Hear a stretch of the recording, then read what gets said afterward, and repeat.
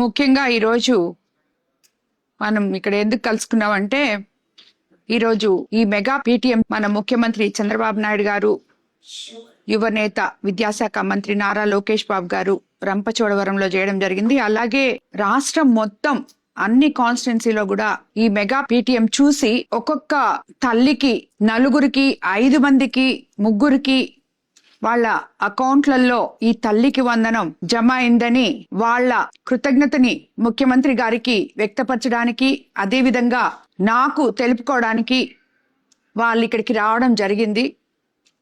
So వాళ్ళ కోసం వాళ్ళు కూడా వాళ్ళ ఆనందాన్ని తెలుపుకుంటారు. కొంచెంసేపు దాలి మన ప్రభుత్వం అధికారంలోకి వచ్చిన తర్వాత 2 సంవత్సరాలు అయిన తర్వాత ఒకవైపు సంక్షేమము, మరోవైపు అభివృద్ధి చేసుకుంటూ రాష్ట్ర ఆర్థిక వ్యవస్థ అస్తవ్యస్తంగా ఉన్న సరిదిద్దుకుంటూ ఇప్పటి వరకు మనం ప్రతి పని కూడా ఏదైతే సూపర్ 6 పథకాలు చెప్పామో అవన్నీ ఆల్మోస్ట్ సూపర్ హిట్ చేసుకోవడం జరిగింది. మీకు అందరికీ తెలుసు, ఈరోజు రాష్ట్రంలో పెన్షన్లు 3000 నుంచి 4000 అవ్వాతాతలకి ఇస్తున్నాం.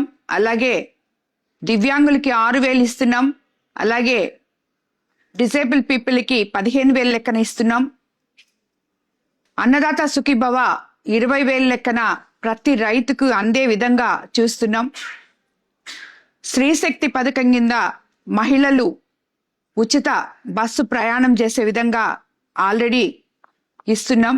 అలాగే 3 సిలిండర్లు ఇవ్వడం జరిగింది. మత్స్యకార సేవలో ఇవ్వడం జరిగింది. ఆటో సేవలో ఇవ్వడం జరిగింది.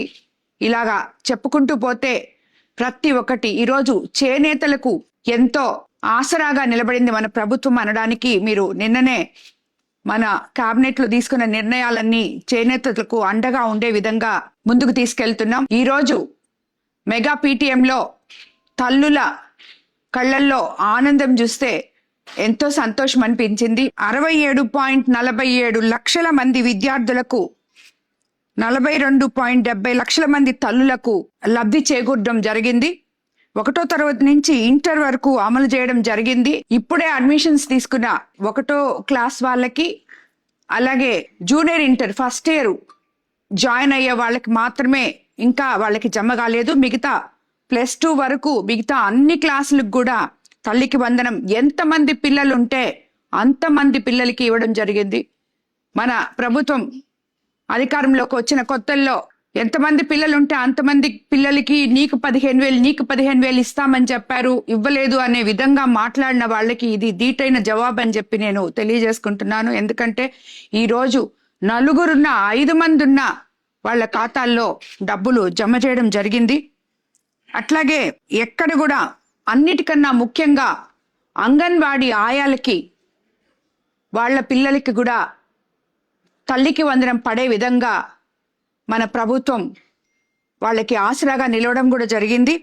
అలాగే ఈరోజు మన కోవూరు కాన్స్టిట్యున్సీలో మొత్తం లబ్ధిదారులు 34,253 మంది విద్యార్థులు, మొత్తం పంపిణీ 51.38 కోట్లు 51.38 కోట్లు తల్లుల అకౌంట్లలో జమ చేయడం జరిగింది. అలాగే మనం ఇవన్నీ ఒక ఎత్తైతే స్కూల్ ఇన్ఫ్రాస్ట్రక్చర్ ఈరోజు ప్రతి దగ్గర కూడా ఆగిపోయిన, సగంలో నిలిచిపోయిన వాటివి స్లాబ్ వేయడం కానీ, పిల్లలకి టాయిలెట్స్ లేకపోతే అవి కానీ, ఇవన్నీ కూడా ప్రతి దగ్గర చేసుకుంటూ వస్తున్నాం. మధ్యాహ్న భోజనం పథకం కింద సన్న బియ్యంతో మంచి భోజనం కూడా ఇవ్వడం జరిగింది. నాణ్యమైన బ్యాగ్లు, పుస్తకాలు, షూస్ అన్ని ఆల్రెడీ పిల్లలకి చేరడం అయింది. సో ఈ రకంగా చూస్తే మన ప్రభుత్వం అధికారంలోకి వచ్చిన తర్వాత మనం అన్ని రంగాల్లో, ప్రతి రంగంలో ఏది వదలకుండా ఈరోజు సంక్షేమం అయితేనేమి, అభివృద్ధి అయితేనేమి అన్ని సమపాలనలో ముందుకెళ్తున్నాం. మనం ఒక కోవూరు కాన్స్టిట్యున్సీలోనే ఈరోజు సుమారు అభివృద్ధి పనులైతే 770 కోట్ల వరకు మనం అభివృద్ధి చేసుకోవడం జరిగింది. అదేవిధంగా సంక్షేమ పథకాలు కూడా అందరికీ అందే విధంగా జరగడం జరిగింది.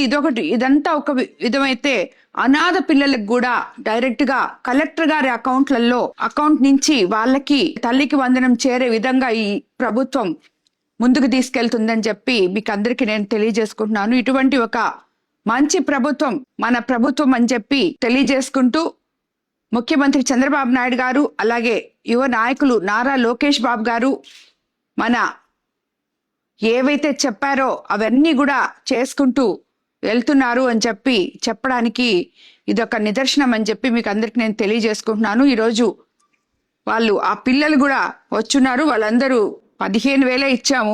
ముందు కూడా 15,000నే చెప్పారు. ఇప్పుడు కూడా 15,000. ఆ 2,000 ఆ స్కూల్ ఇన్ఫ్రాస్ట్రక్చర్ కి ఉపయోగపడుతుంది అని చెప్పి అప్పుడు చెప్పింది నిజమే, ఇప్పుడు చెప్పింది అదే విధంగా ఇప్పుడు కూడా చేస్తున్నాం. ఇది అమ్మఒడి పేరుని మీరు ఎంత పేరు మార్చి తల్లికి వందనం చేసినా ఈ క్రెడిట్ అంతా కూడా జగన్ కే పోతుంది. ఎందుకంటే జగన్మోహన్ తీసుకొచ్చినటువంటి పథకం ఇదని చెప్పాను. ఎవరు తెచ్చిన పథకం అయితే మీరు ఒక్కరికి ఇచ్చారు, మేము 4గురికి ఇస్తున్నాం. ఇదిగోండి వీళ్ళే నిదర్శనం. ఈమెకి 5 మంది పిల్లలు, 5 మంది పిల్లలు. మీరు ఒక్కరికి ఇచ్చారు ఆ ఇంట్లో, మేము 5 మందికి ఇచ్చాం.